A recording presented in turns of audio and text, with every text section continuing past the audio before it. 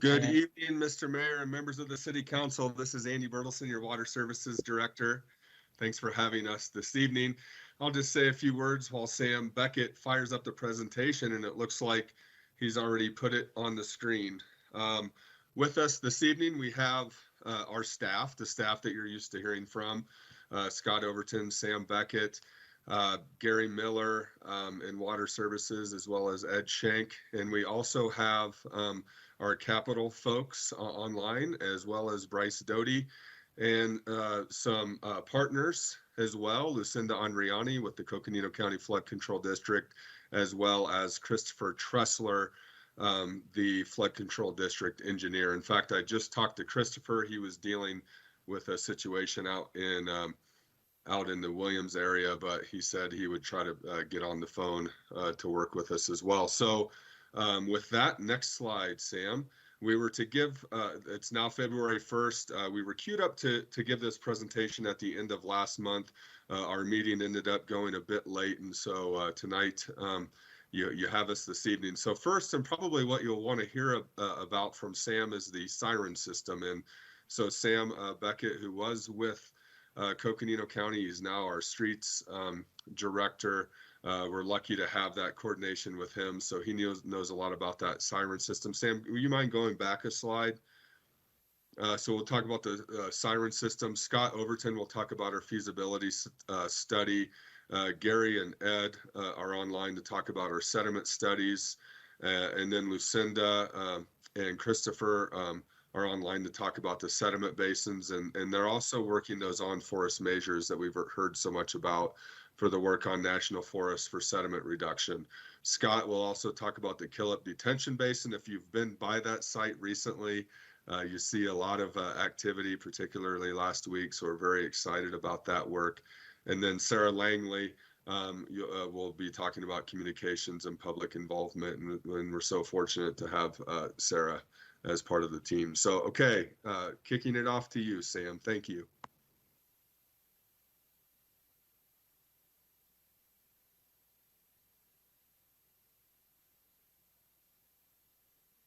Sam, I think you were going to talk about the Siren System, if I remember correct.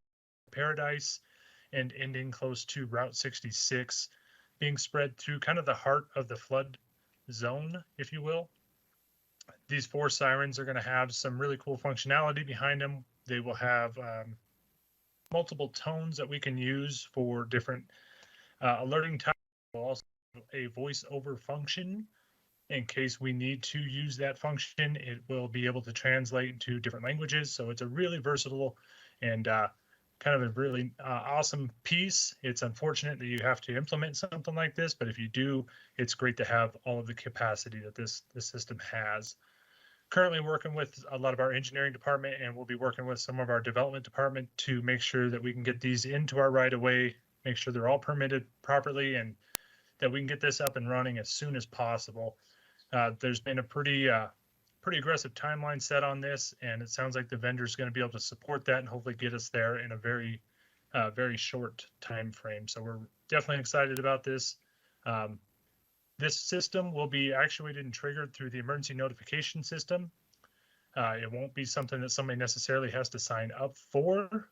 This will just be in conjunction with the flood director protocols as we move forward. With that, I will hand it over to Scott Overton. Thank you, Sam. Good evening, Mayor and Council.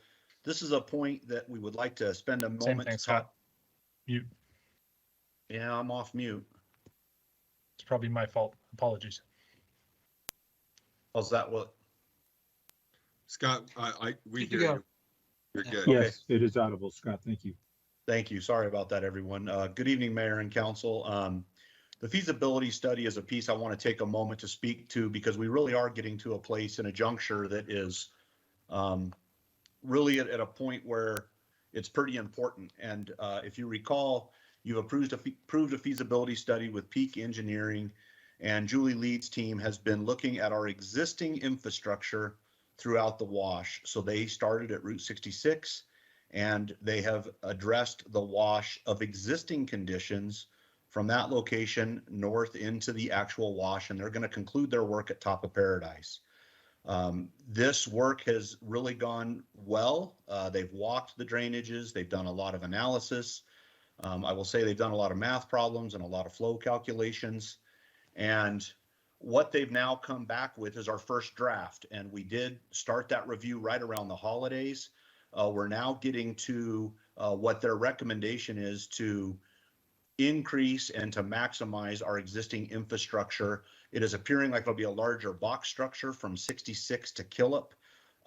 That infrastructure is still, in concept, it's still being discussed, but they are utilizing that existing footprint. And as we start to see these studies kicked out of the engineering group, that will give us, and you in particular, the information we're going to need to make sure we're making smart investments, to really look at the existing infrastructure and understand what are its capabilities, what can it allow us to do, what's the cost benefit, and then how might we fund these segments, which we're referring to from 66 to Killip. This work's been progressing nicely. They also have focused a lot of effort on the Killip School site detention basins and the Killip School inlet design. That is now getting underway. They as well have started to look at an analysis at Dorotha, the Dorotha Crossing, Cedar, and all the way up through Linda Vista and the Parkway basins. Remember, it's top to bottom, but it really is our opportunity to look not only at the existing infrastructure, but once that is completed, we will start to analyze the alternative infrastructure ideas. Those are the ideas that are on the table, but we have not totally vetted, that may just add or do something completely different with the existing infrastructure, depending on the location. So this is going well. We're excited to see some of these drafts. We anticipate the next set of drafts in the next week or so, and it has moved very, very well. So thank you to those engineering teams that continue to work there. The hydrologic modeling, we've also talked to that. That has also been completed. That was done at the year end, and we've now started to really start to look at that data.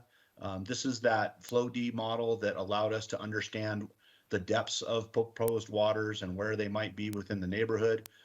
That is the J.E. Fuller work that the county has been leading the charge on, but that work really helps feed the information to the study. So wanted to spend a little bit of time on this because I think you're going to start to see some results come from this, and we'll hopefully be able to share a little bit of those results next month with you in the next update. But I'm going to now turn it over to Ed and Gary, who are going to talk sediment studies. Thank you, Scott. So this is Ed Schenk, Stormwater Manager. Good afternoon or good evening, Mayor and Council. I'm just going to give a brief overview of the sediment study that the Flood Control District commissioned from Natural Channel Design, one of our local consulting firms. The purpose of this study was to determine the continued flood risk, or debris risk, I should say, coming from the museum fire area, and then also to help with our designs for future flood mitigation, including the sediment basins. As a reminder, we had about 11,000 tons of sediment that was removed from Sunnyside and Grandview this last year, mostly by Public Works, at a cost of roughly $500,000 just in the tipping fees at the landfill, not to mention equipment and labor time. So this study was to help determine the future risk that we have. Natural Channel Design went out in the fall and surveyed 14 miles of drainage within the museum fire area and then down into Sunnyside.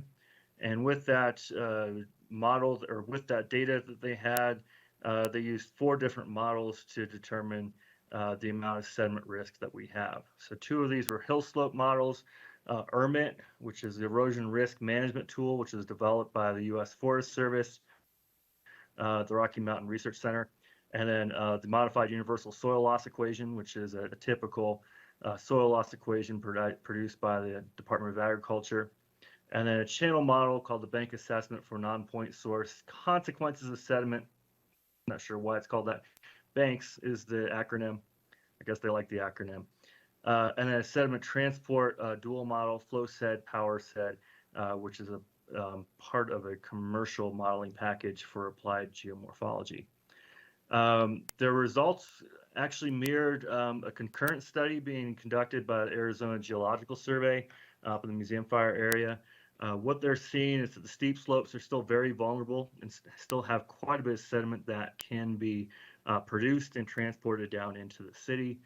Event-based modeling, so rain-based modeling, showed that for a 1-inch storm, there'd be roughly 400 tons of sediment produced. For a 2-inch storm, 3,200, and for a 3-inch storm, 8,900. So that's the 8,900 number was roughly what we saw from the 4 storms that we saw this last year. The annual average with small storms, large storms, etc., that we would expect to see is up to 17,000 tons of sediment being produced by the watershed. So obviously we still have quite a bit of flood risk due to the sediment itself being pushed into the city. The part of this modeling exercise, part of this study, was also look at future conditions. So as the watershed changes and hopefully restores, and this went out for a 5-year time period. And at the end of that 5-year time period, we're still showing a very high risk of sediment and debris movement into the city. So it's not predicted that we're going to see a sharp drop off in sediment supply from the museum fire area. The results did recommend, or the study did recommend, continued monitoring, which hopefully we can continue to do with Arizona Geological Survey and NAU.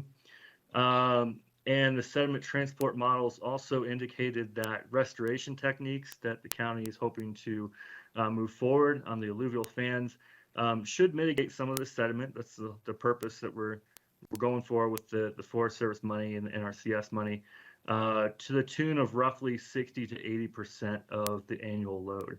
So we should see a reduction once we have those mitigation measures in place. The study did recommend alluvial fan work on the Forest Service properties, the 40-acre private property near Museum Mount Eldon Estates, sorry, and the city property near Parkway. So a total of 9 sites that are already underway in terms of design. The series of alluvial fan projects and sediment basins will work together as a network to help reduce the sediment load into the city. And with that, I'm going to turn it over to the county. I believe Lucinda is going to talk a little bit more about the Parkway sediment basins. Thank you, Ed. I see that Councilmember McCarthy has a question on the Siren, so we can keep flowing with the sediment discussion, or Mayor, if you'd like Councilmember McCarthy to ask his question now, we can do that as well. Yeah, thank you. This is an appropriate transition. So Councilmember McCarthy, if you wanted to ask your question. Well, thank you. I just had a quick question about the sirens. I hope that you will talk to the people that produce these and see if they needed to be directed a little bit towards the ground level. My concern is if they're just by chance a little bit towards the sky, they'll fill up with water, the water will freeze, and the sirens wouldn't work. So just kind of a heads up to think that through. I'm thinking like this is a design review meeting. So thank you. I can actually answer that question now if you'd like, Mayor. Yes, please go ahead. Correctly, but I know he and there's Sam. Hi, Sam. Hey, Andy. Yeah, so this is already something we've already considered. This company, as we get closer, has a complete design layout, which accounts for weather, noise carryover. They actually map out the range of which that siren can be heard from the height it will be mounted. There's actually a lot of science behind it, far beyond what I can, understand, but they make it sound very, very easy. But yeah, we're looking forward to seeing how that maps out and what the projections are going to look like moving forward. But we don't foresee any issues in that regard. But I do appreciate the comment. Well, this is pretty typical. Whenever I have a question, staff's already figured it out. So thank you, Sam. Thank you, Sam. Thank you, Councilmember McCarthy. With that, we can move on to the wonderful Lucinda. Thank you, Mayor, and good to see everyone. Thank you for the opportunity to do a brief update on the sediment reduction measures. As you just heard, we we do have an opportunity to significantly impact the level of sediment entering the city. And I want to emphasize sediment. Debris is a little bit different dynamic, and I think we as we saw less and less debris. It's really sediment is the real key issue, although all these measures will influence debris as well. And I want to emphasize too that the hill slope, in looking at the study results and the comparison that we saw with Schultz, it was very interesting because a lot of the sediment was generated from the channels coming off the steep slopes of Schultz, whereas in this area, the hillsides are really contributing a lot, and that is of even more concern if you want to understand the impacts of sediment. So anyway, to move ahead, efforts to address this, of course, are both relative to the agreement now that has been completed with the U.S. Forest Service, done in record time, and then the Forest Service has initiated the National Environmental Policy Act, the NEPA process, with the goal of completing that in early May.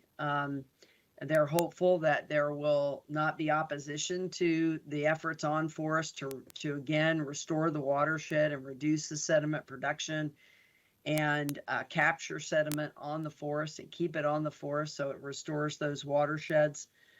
And that is the goal, is to complete that process by early May.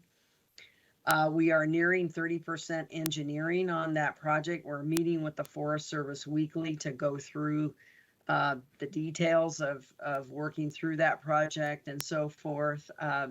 We did recently meet with the Mount Eldon Estates area, not only to talk about what was proposed for the Forest Service property, which is very close to their properties, of course, as well as what's been proposed through the NRCS Emergency Watershed Protection Funding. And that was at high level because, again, we just completed both agreements. We're approaching 30% engineering on both of those elements. One thing, in terms of the NRCS EWPP project, I think it's important to understand, I think we went through this last time, that there are we've kind of divided this up into two projects within the overall project. One project involves the work within Mount Eldon Estates, within Lockett Ranches, and on the 40 acres, all private properties.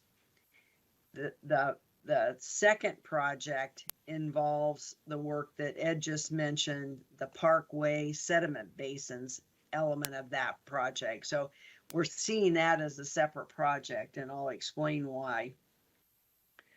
The Mount Eldon Estates and Lockett Ranches and the 40 acres, the work there is really very, very similar to what we will be doing on forest. It's very, I'll say, traditional EWPP work.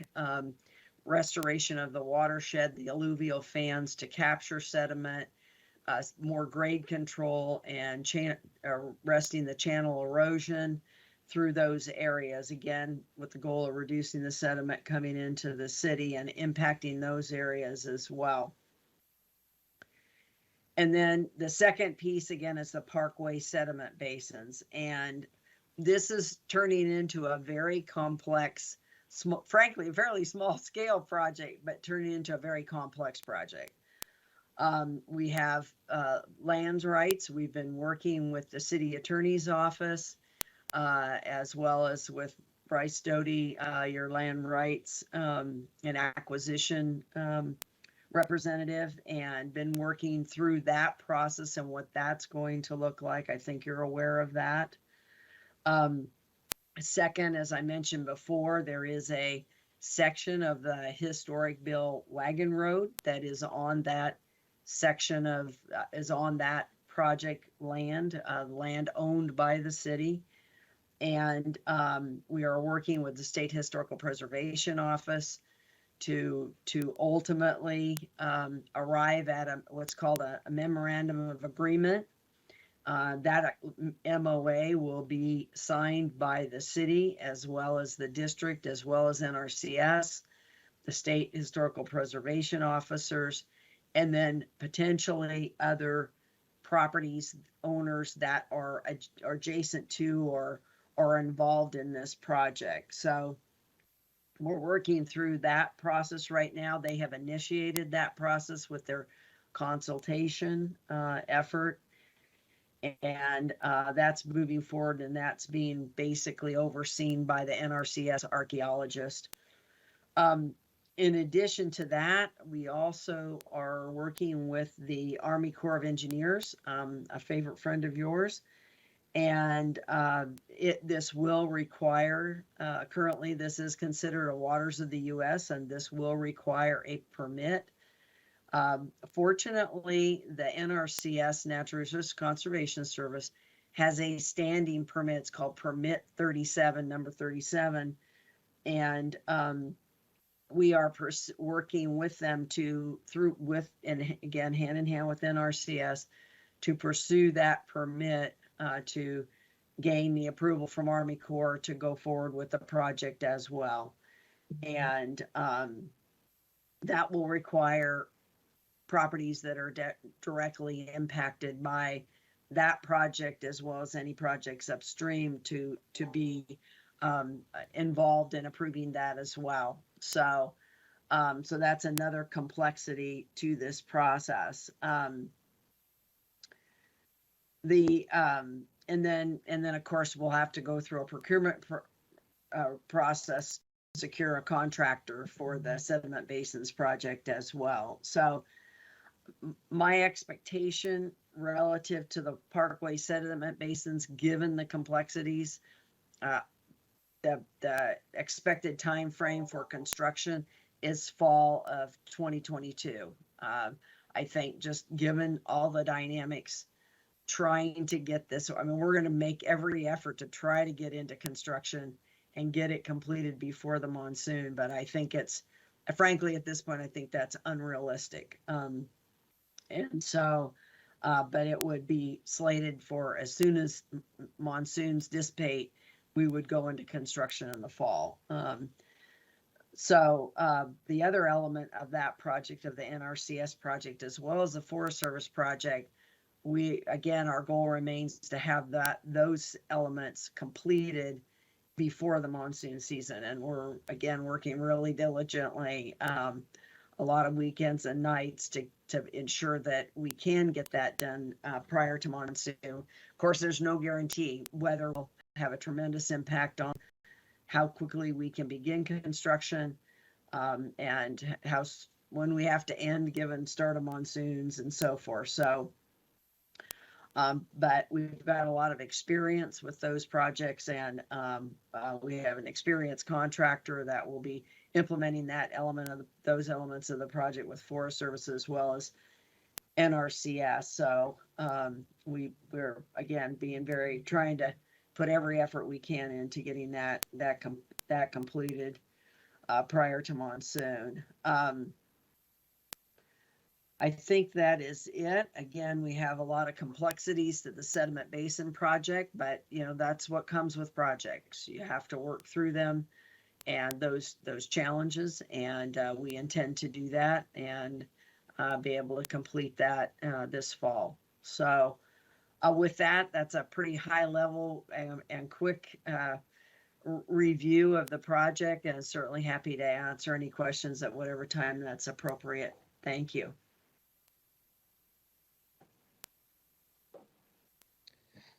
Thank you so much. I'm not seeing any Q's and C's in the chat box at this time, so we're good to proceed. Thank you, Lucinda. We really appreciate both your and Christopher's expertise and, the willingness to work through this project with us. We know you've been at the table with us, and it goes without saying your project at that location is much more complicated than even this next one we're going to talk about. But we've really appreciated all the efforts.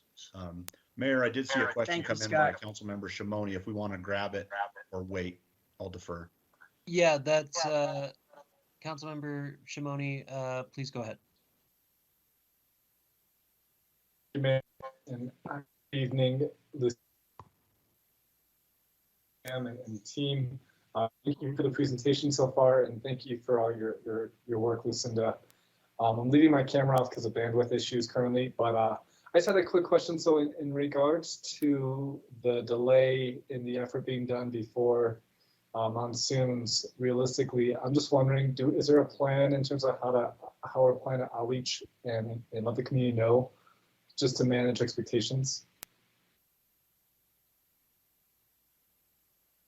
Yes, absolutely. I think within the next couple of weeks, I think we'll have a much better sense of, we have a key meeting later this week with NRCS archaeologist on the Beal Wagon Road element, and Natural Channel Designs is working through an effort with the Army Corps right now. I think within the next couple of weeks, we will have a clearer picture about the timeline relative to all the projects, but particularly relative to the Sediment Basins project. And I think at that point, we'll be prepared to communicate. We did send a letter to those in the area of the Sediment Basins project to let them know that site work, investigative work for the engineering would be underway.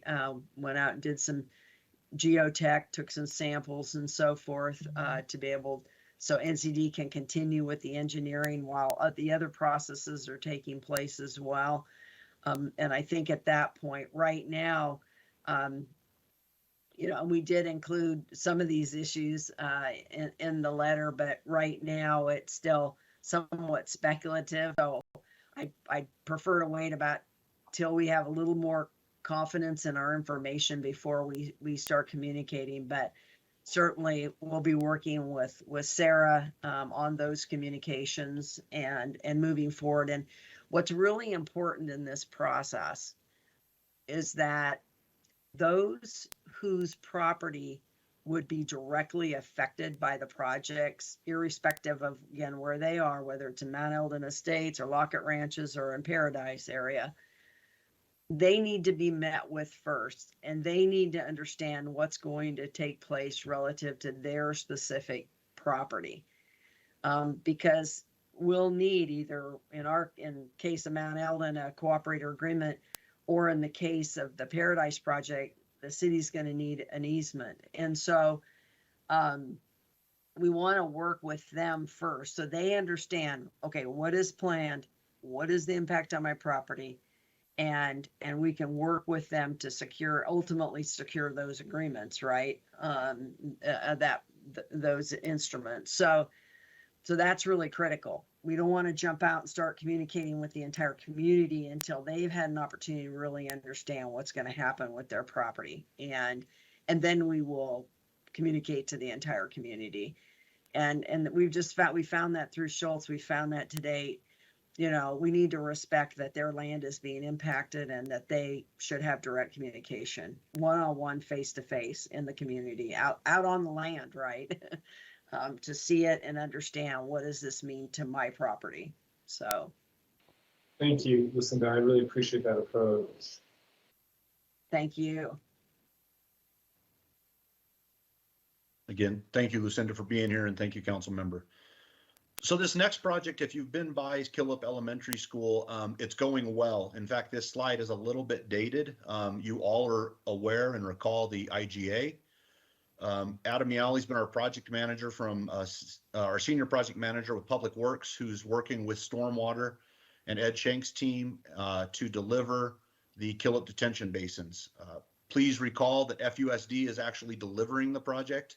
We're assisting and providing a substantial amount of funding, but this is a really integral piece, and the mass excavation is well underway. We have encountered some rock, but they've been navigating, dealing with that, and Adam's done a good job of working with the school district to try to come to some resolution.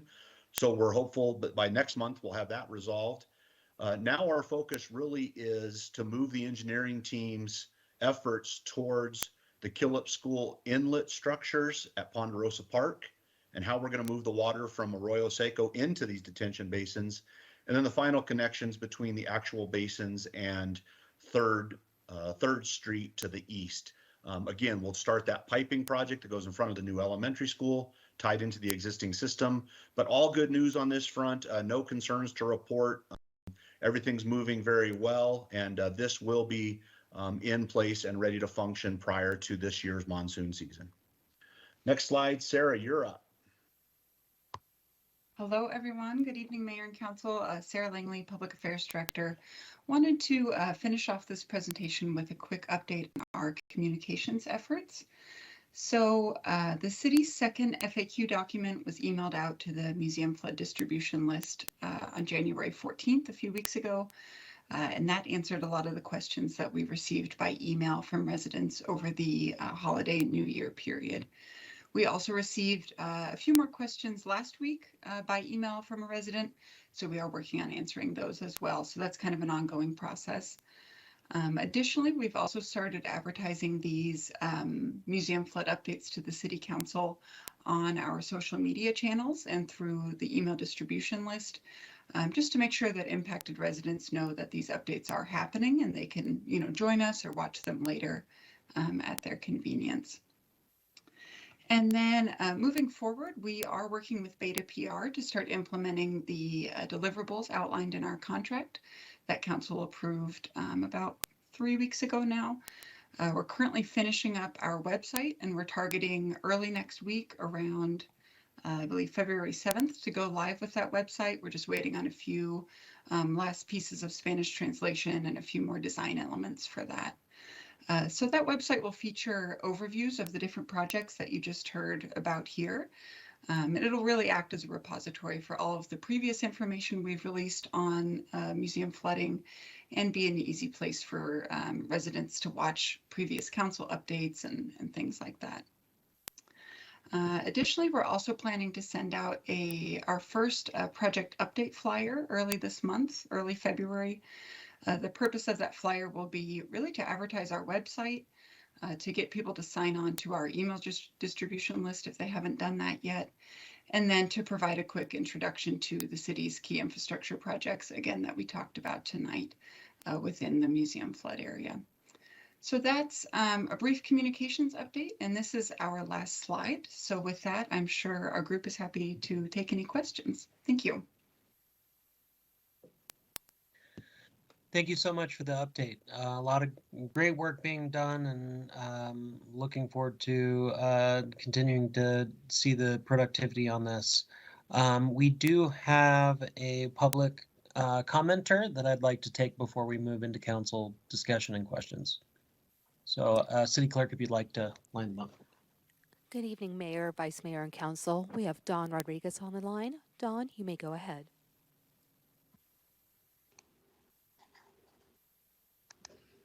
Mayor, Vice Mayor, Council, thank you for listening to me today. Since there are no pre or post flood reports specifically at Dortha, I'll tell you in 3 minutes what happened, why it happened, and how to fix it, and all for free.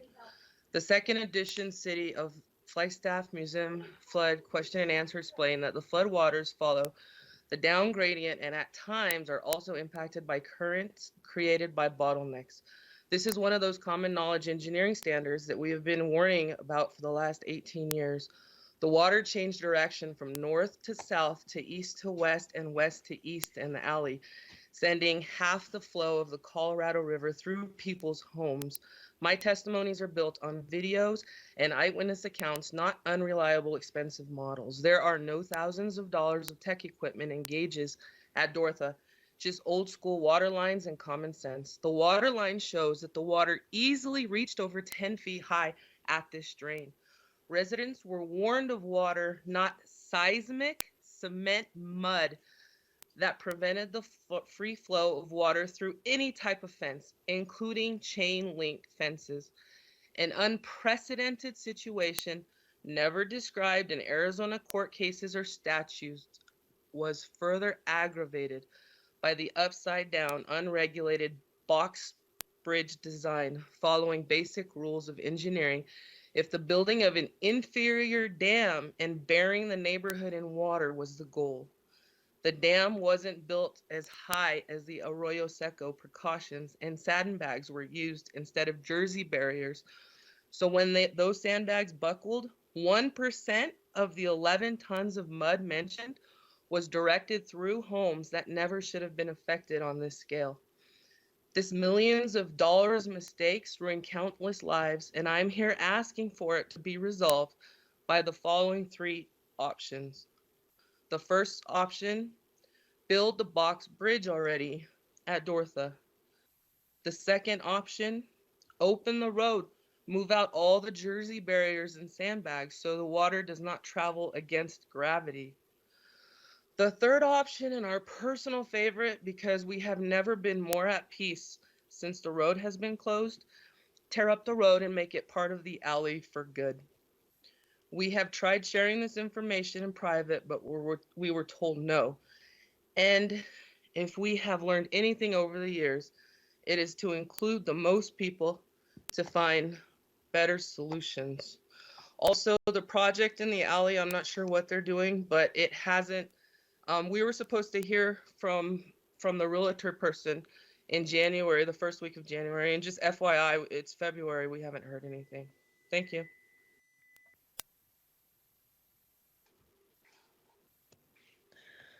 Thank you, Don. Was there anything you wanted to add regarding the not hearing anything or steps forward? Yeah, well, nothing to add, but I gave 3 solutions there. I know I only get 3 minutes. You know, I'm doing like everything that these like 15 people are doing, I'm doing by myself, and I only get 3 minutes, and I can't do presentations. So I have a lot more to say, but it's not. So I gave 3 solutions. And to better explain it, because I know people might be confused, I've offered tours and stuff, but a lot of the problem is that there's a drain on Dortha, and so when it plugs up, and this mud, it was in the newspaper, it's seismic mud, it's insane. And I know, thank you for everybody for doing all this work, and I know you guys have a lot of work, but I think I have a pretty good control of the situation, and I'm doing this like on weekends and stuff. So, I mean, thank you, but I think more could be done. So my question is, they were gonna do something in the alley. Is that whatever they were gonna do back there? Is that still gonna be done? Thank you, Don. We'll definitely be asking that question during the council cues and discussion. I just really appreciate you always speaking up, providing the information of what's happening on the ground, because that is an extremely, extremely important component of this, not just models and figures and dollar amounts, but the lived experience so many are facing. So I just want to say thank you for always providing that perspective to us on council through these meetings. Vice Mayor Daggett does have a question for you. Thank you, Mayor. And thank you, Don, so much. Can you state your number 2 point again? I was taking notes and I didn't get number 2.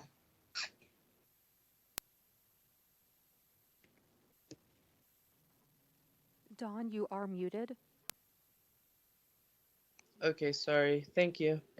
My number 2 point. So when the drain gets plugged in the alley with that seismic mud that was in the newspaper, it moved everything up. That's why at Linda Vista they measured like 5 feet.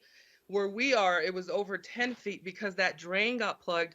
The mud plugged it, so it turned into a dam because then it moved the water up. So the way that the sandbags were arranged, and they put sandbags when they should have had Jersey barriers like they did. They reinforced it at Arroyo Seco. So when they did that inferior dam, it busted up.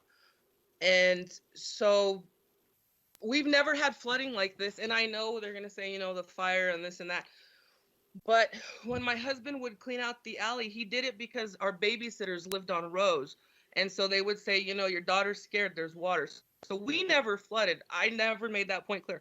We never flooded. So if we play by the rules that the engineers are saying, that you can't prevent you can't put up barriers, then they shouldn't be building dams. So if the first one was, of course, the box bridge, The second one was just to move everything out and let the water flow. It's an alluvial fan. Move, don't be, you have to account, if it's bottleneck there, you have to account for the westerly flow, the easterly flows, and the alluvial fan. You can't make a dam and then have the people from, I mean, it backed up, council, it backed up from Dortha all the way up to Cedar. And if it was open and there were no, just move everything out. That's the second thing that I'm asking. Thank you, Thank you for Dawn. the question. Thank you, Don. And Vice Mayor You're welcome. Daggett. I'm not seeing any further Cs and Qs for Don at this time. Do we have any further commenters on this agenda item before we go to discussion and questions for staff? No, Mayor, that was our last one. All right, thank you, City Clerk. Well, with that, let's open this up for discussion amongst council and answer any questions that we may have for the presenters. Vice Mayor? Thank you, Mayor. And thank you, staff, for all of the presentations. I have a question for Sarah and possibly for Lucinda as well, but I'll ask it and you all can fight over who answers it. Sandbags, old sandbags that need to be removed and the new sandbags that need to be placed. What is our communication plan and our volunteer plan for making that happen before monsoons? Thank you, Vice Mayor. I'll let Scott and Lucinda answer that, and then I can jump in with any communications support needed. Thanks. Yeah, thank you, Vice Mayor. I think we'll get some support here from a couple different angles. This is certainly a timely time to ask that question. We have started our internal discussion to start thinking about what it looks like to shore up short-term mitigations. We know there's anxiousness to try to understand that better today. I think you're going to find that it's going to look very similar to the way it's looked the last couple of years. Some of those requests are going to be made again, as a lot of our mid and long-term mitigations are not completed and it's not proven up to be totally successful quite yet. So we know there's effort ahead. I know we just spoke about it at our Monday engineering meeting that we need to start thinking this through from the operations side of the house. And we're going to have to communicate what our expectation is, what the role of both agencies, including the flood district, might be. But those are conversations that we have not had to date for this coming monsoon season. Andy, Lucinda? Yeah, I think that's a good summary, Scott, and I think we're in the process. I think we've all identified there's a set of meetings that need to occur. I think probably the first one will involve Andy and Scott and the city manager and county manager and myself and to sit down and talk high level first about where are we going with the mitigation efforts for this summer. You know, who's going to take responsibilities for the various elements of the process, the EOC process, all of that work, make sure we're all on the same page, and then lay out the actual plan for that, and then be able to communicate that, much like we've done the last 2 years. But as Scott indicated, the emergency measures that have been put into place should be kept into place because we will not mitigate all flood events, and that's important. I had a set of residents provide some additional video and photographs from Mount Eldon Estates area. And we want you to know at this event, this happened, and absolutely we want to understand what happened if we're not there. Most of it we're pretty aware of, but I reiterated with them, we cannot mitigate every flood event. That just isn't going to happen, and it would be hundreds of millions of dollars. So,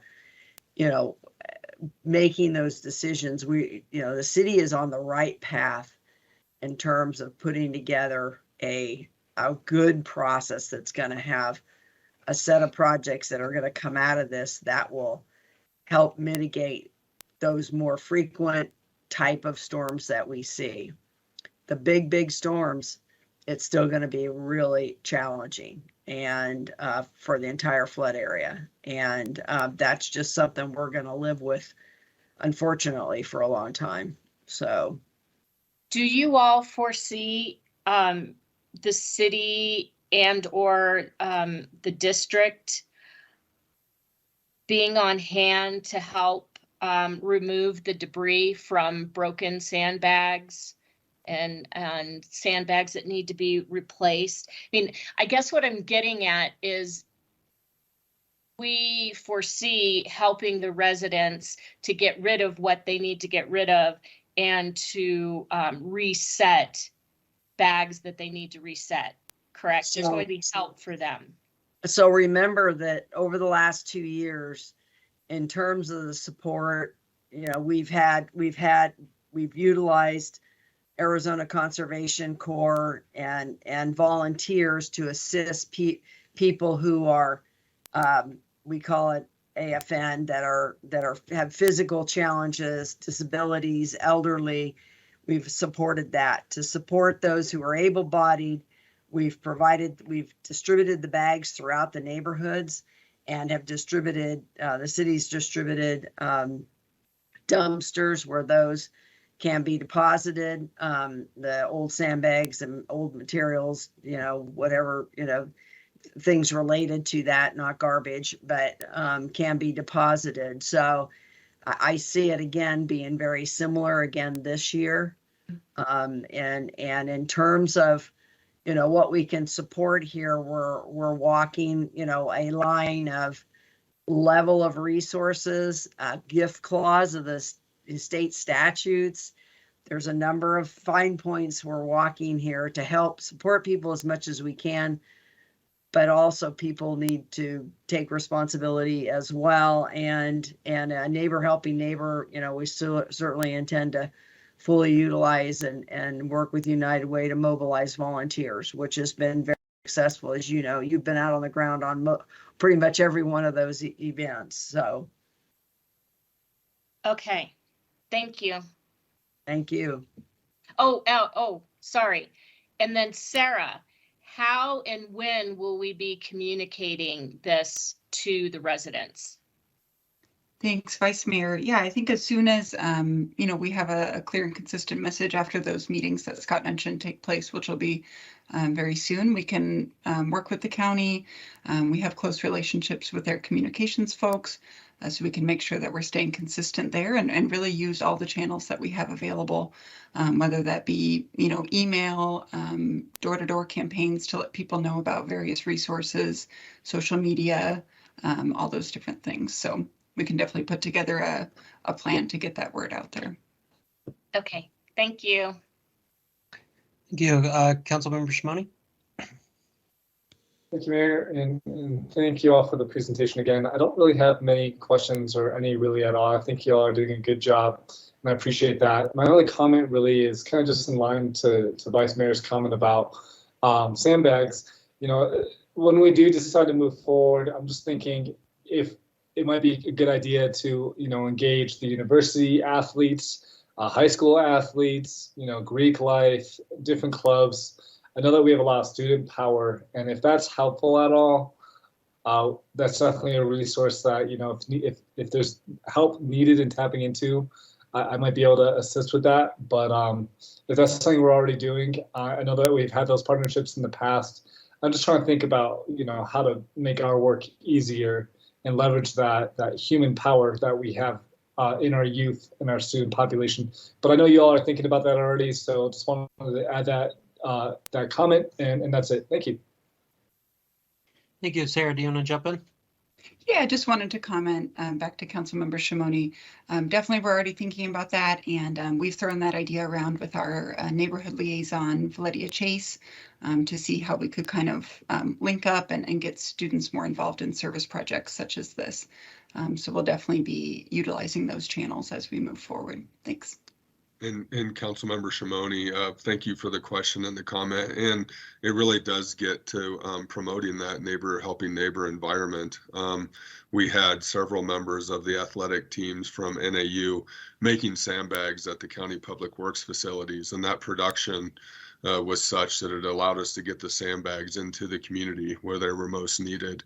Also, with the United Way volunteer efforts, I know our city manager, Greg Clifton, was out, on those efforts, helping people muck out, so to speak, all that debris and the sediment basins that Lucinda's talking about and those on-forest measures. It's not just the flow of floodwaters, but it's also that debris impact. And we have to be really careful as a local government, as Lucinda had mentioned, when we engage directly on private property. And I think we've managed that really well, where we can help organize or contribute to those efforts in a way that doesn't get into any of those gift clause type issues that we can experience, but organizing those neighbor helping neighbor events and those community events. We had both of the athletic teams from Coconino and Flagstaff High School, Coconino High being directly impacted just right outside of that flood area.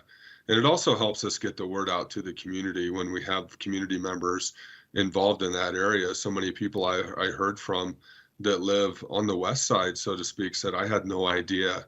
And so it really is probably, in thinking about the natural disasters that our community has faced over the last however many years, as long as I've been here, this is probably the biggest one that we, the city of Flagstaff, has faced. And so it's just something that if we can get the entire community involved, it's super helpful to have that effort going forward. Thank you. And with these discussions, I'd like to be able to kind of set a timeline for it. So we are likely, I drive by Grandview and Linda Vista in that neighborhood near daily. I'm expecting we are going to have to replace over 100,000 sandbags this year. That's a minimum. That's 3 million pounds of sand we have to get rid of and replace. And with that, I would like to aim for starting really in earnest the first week of April to start replacing sandbags, organizing volunteer efforts around that, or at least, having United Way act as that intermediary. But I want us to be conscientious because, as we know, fire and flood season is going to be right up in front of us very quickly. And we need to replace a lot of these bags. So let's make sure we're giving us enough bandwidth in starting it that we can get those sandbags replaced with volunteers before those floods really start in earnest. So want to throw that out there and or learn what your timeline expectations were for replacing those sandbags.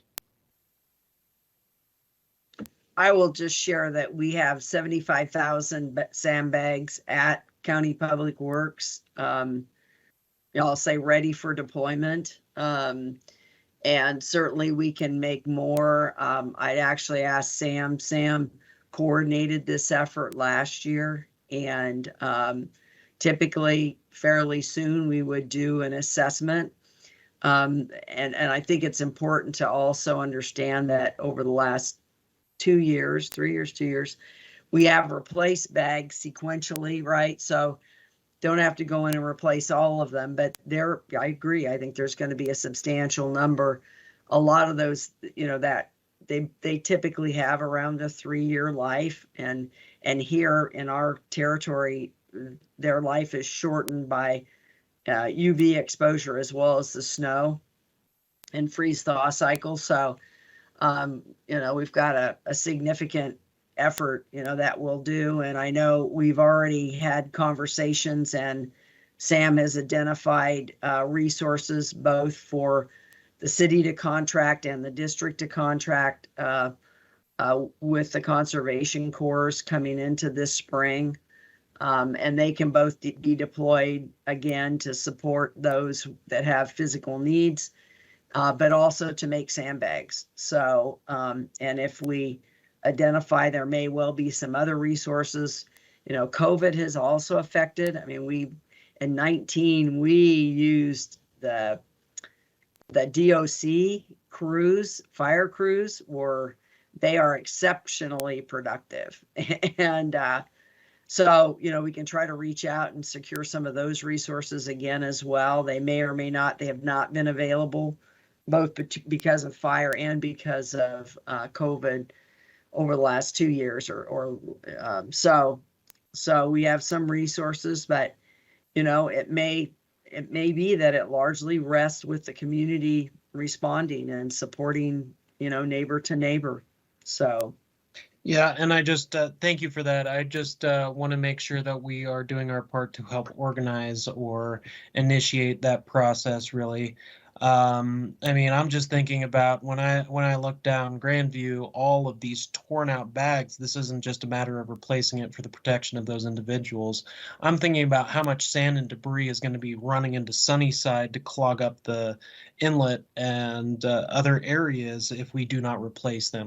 So to me, I know we got the gift clause, we have the private property aspect, but there's also the fact that this sand is going to go somewhere if it's washed away, and it will clog up our system downstream if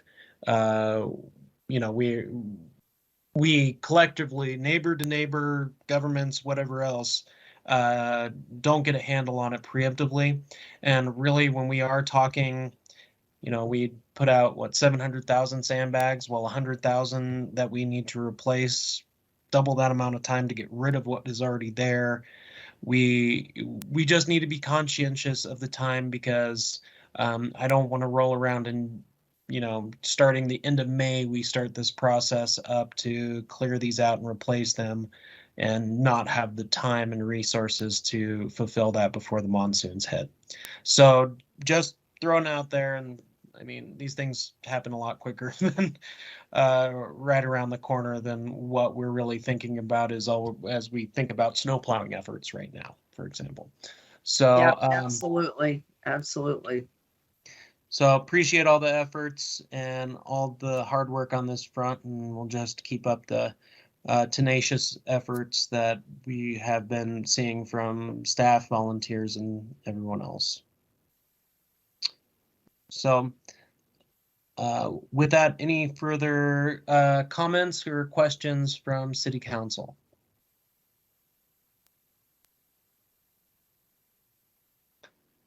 I'm not saying anything further. Thank you for all the efforts, the presentation, and discussion regarding the museum flood projects.